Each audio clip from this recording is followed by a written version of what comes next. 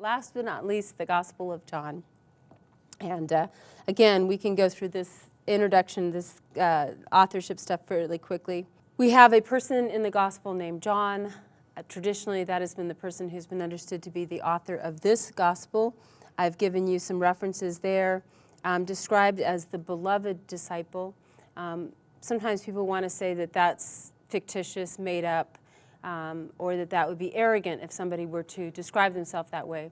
I think we could just as much make the other argument to say that this is really deferential.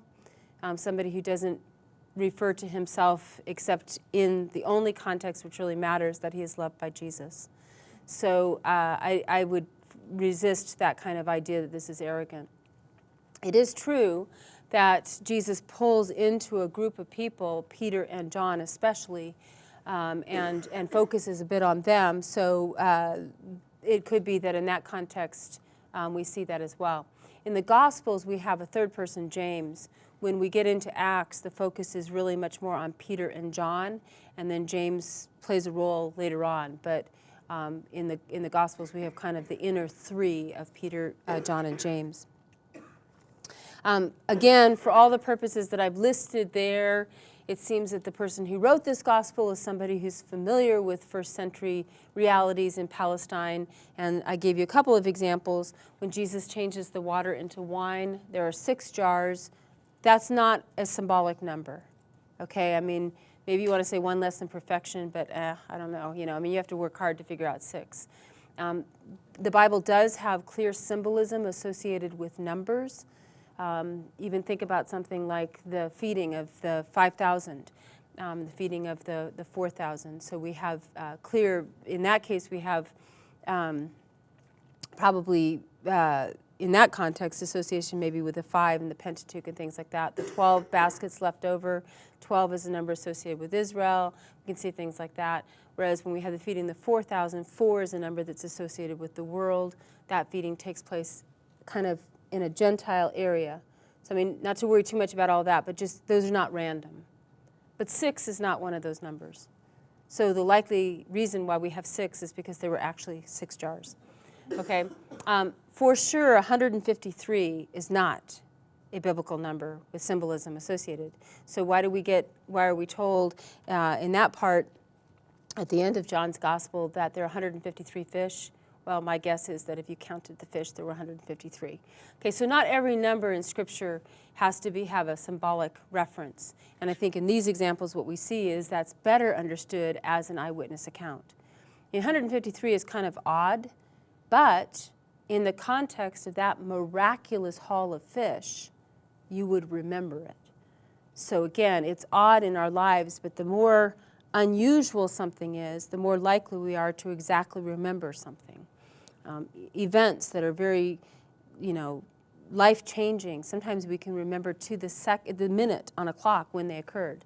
That's because they made an impact on us. So, okay, as we've seen with the other Gospels, this is confirmed by the early church, and so I'll let you look at those. What are the challenges? Well, John actually has a few different challenges, so I'll talk about this. He gets challenged for both the normal reasons and additional reasons, but obviously times people say ideas and events and things that are recorded couldn't have taken place in the first century, so it couldn't be written by the person who we say is the Apostle John. But part of the reason why John gets challenged too is that John's gospel is very different. We're no longer in the synoptics. Okay, we had Matthew, Mark, and Luke, and now we have John. It has a different structure, it has a different feel. He uses different terminology, so people have often suggested some things there. These have to do with some things that now are not as commonly brought up as objections, but the whole use of logos. Logos is a term that is later associated with a lot of Gnostic writing.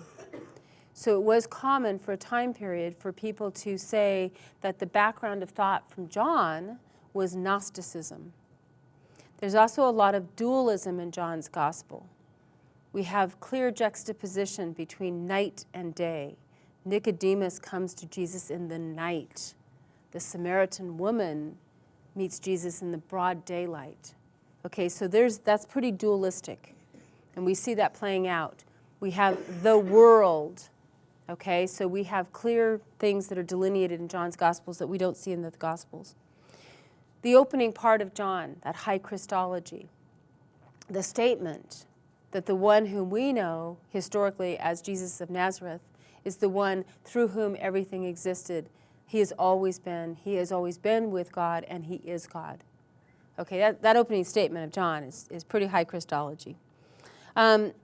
So also people have looked at John's gospel and said it's so different from the synoptics that it's just, John, there was actually a time when people said, and this kind of leads me to the next point, that John's gospel was more spiritual.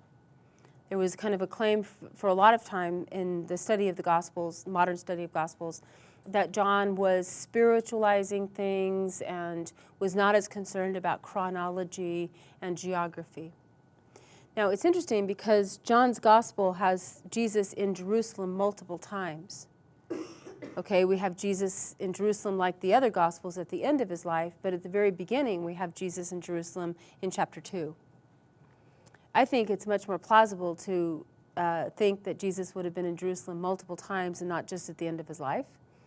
Therefore, it is quite possible for that and other reasons, because John gives us specific locations, that John's gospel is actually more concerned with chronology and more concerned with geography than the other gospels. Another way to think about that is there has to be a certain flattening out of chronology. If we focus on Galilee, then we focus on Caesarea Philippi, and then we focus on Jerusalem, when it is entirely possible that Jesus traveled in various places. I think the concentration of his first part of his ministry was in Galilee, but that's not to suggest he didn't go to Jerusalem. So all of that's just to say that the reasons why people have dismissed John's gospel, I think often have been, I would say, maybe not reading John's gospel as carefully as we could. Again, there's other reasons, but people assume that the level of writing in John is definitely a theologian, perhaps more than some of the other gospel writers, although Luke is pretty theologically astute too. But people have said, this couldn't be true of somebody coming out of Galilee.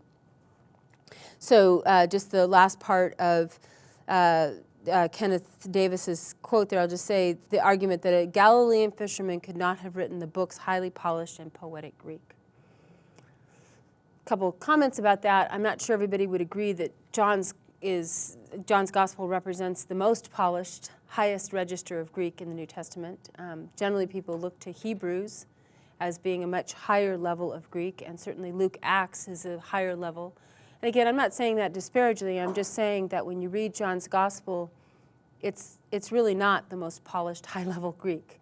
Certainly, we have even higher levels in the New Testament. So there's lots of ways we can challenge this. Common claim is that the gospel was written by a Johannine community. Entire books are written about that and kind of reconstructing this community. And then the purported background, what I mean by that is the whole idea of Gnostic thought. I'm skipping over that on purpose because we've covered that quite a bit.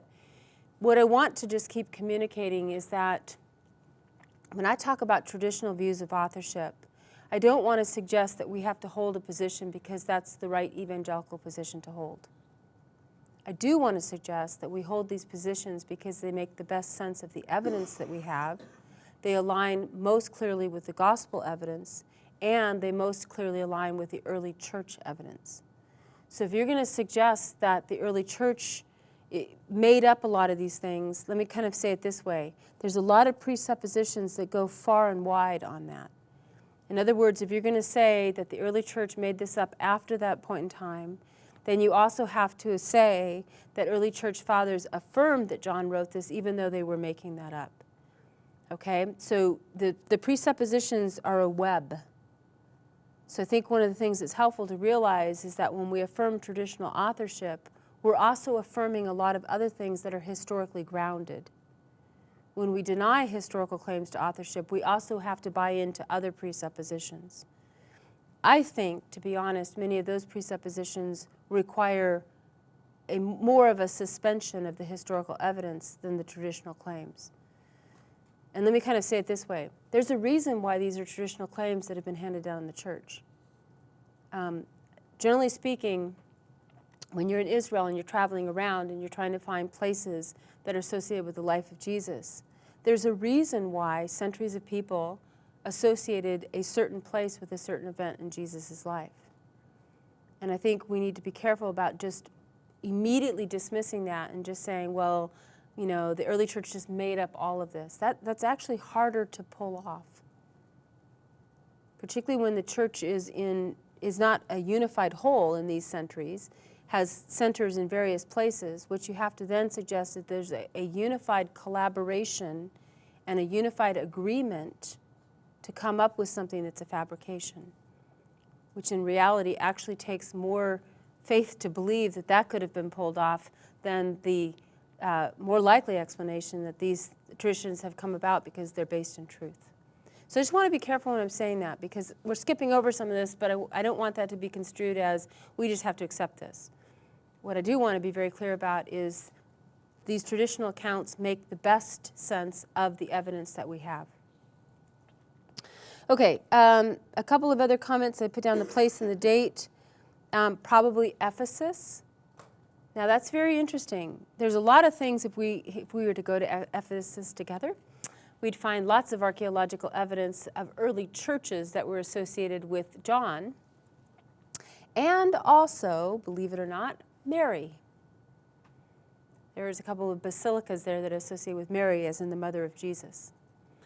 Now, that's going to be kind of interesting, except that would help us to understand more than likely John and Jesus are related at some level. The textbook suggests they could have been cousins. At some level, I think they are related. But that would explain why when Jesus is dying on the cross, he entrusts the care of his mother to John. So we begin to see a lot of things in the Gospels that also line up with Ephesus. And another thing that would line up with Ephesus is that Ephesus, in the 7 letters to the 7 churches in Revelation, in many respects functions as the main or the mother church, if you will, as really the base that reaches out to the other churches. We'll talk about that when we get to Revelation. Patmos is just off of the coast of Ephesus. So when we start putting all of these things together of what we know about John's later life, and when he likely wrote this gospel, Ephesus seems to be the right location. A couple of other things. We know from early tradition that John lived in Ephesus. I've got the dates there. Possibly his gospel was written in the 80s or the 90s. It's not bound together the way that we bind together Matthew, Mark, and Luke as the synoptics. So there really doesn't have to be any, we're not thinking about John's gospel needing to be written first as the basis of Matthew, Mark, or Luke. So that's kind of independent of that discussion we had. It's, I think, the most persuasive way to reconstruct this is that the reason, I'll come to this again, but the reason why we don't have much overlap between John's gospel and the synoptics is because John is fully aware of the synoptics and does not replicate what's in them. But if that's true, that would push the date for John's gospel a little bit later, when the other gospels began to circulate.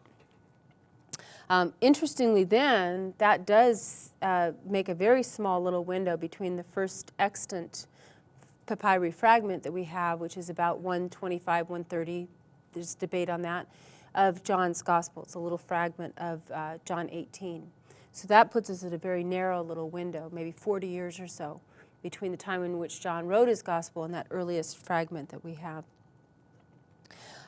Okay, and then it aligns with some things that Irenaeus says and that Papias records about Polycarp. A couple of things. There is a very clear distinction between John's gospel and the synoptics. So for instance, just looking at what I've got there, but think about this. Things that we have in the synoptics that are not in John's gospel. We don't have an account of Jesus' baptism in John's gospel. We don't have the temptation narrative. We don't have short little pithy parables. By that, a physician doesn't come to heal those who are well, but those who are sick. Okay, so those short little statements. No account of exorcisms. No account of the transfiguration. No discussion about the institution of the Last Supper. Okay, now people have said that's explained by the fact that John didn't know about these, so this is evidence of a different kind of Christianity or a different community. it's just as possible to suggest John doesn't write about those because he includes things that the synoptic writers don't include. So you can think of them as complementary. And why would he rewrite it if it's been done? There are some things that are in John's gospel that are not found in the synoptics. These are a focus on Jesus' pre-existence. There was never a time when Jesus wasn't. Jesus baptizing in Judea with John. Very interesting that Jesus is actually baptizing. Jesus turning the water into wine. Jesus' intimate relationship with the Father. I and the Father are one. The raising of Lazarus. The I am sayings. Jesus' extended prayer. Okay, none of those are found in the synoptics. So again, I would just suggest that really the best way to understand this is that they are complementary. John's gospel is structured very differently. So we start out with a prologue and an epilogue. Okay, so the very beginning of John's gospel up to verse 18 and then all of chapter 21 are bookends. In between, we have the book of signs, 7 clear signs, all of which point to really the eschatological kingdom, changing water into wine, marriage feast, pointing to the marriage feast of the Lamb. That's the first. The 7th is the raising of Lazarus, prefiguring the resurrection. We have a clear break, and then we have the second part, which is the book of glory, where everything is focused on my hour, glory, which for John is associated on the cross. The entire focal part of that second part, main part of John's gospel, is focusing on the glory that God accomplishes by Jesus' death on the cross.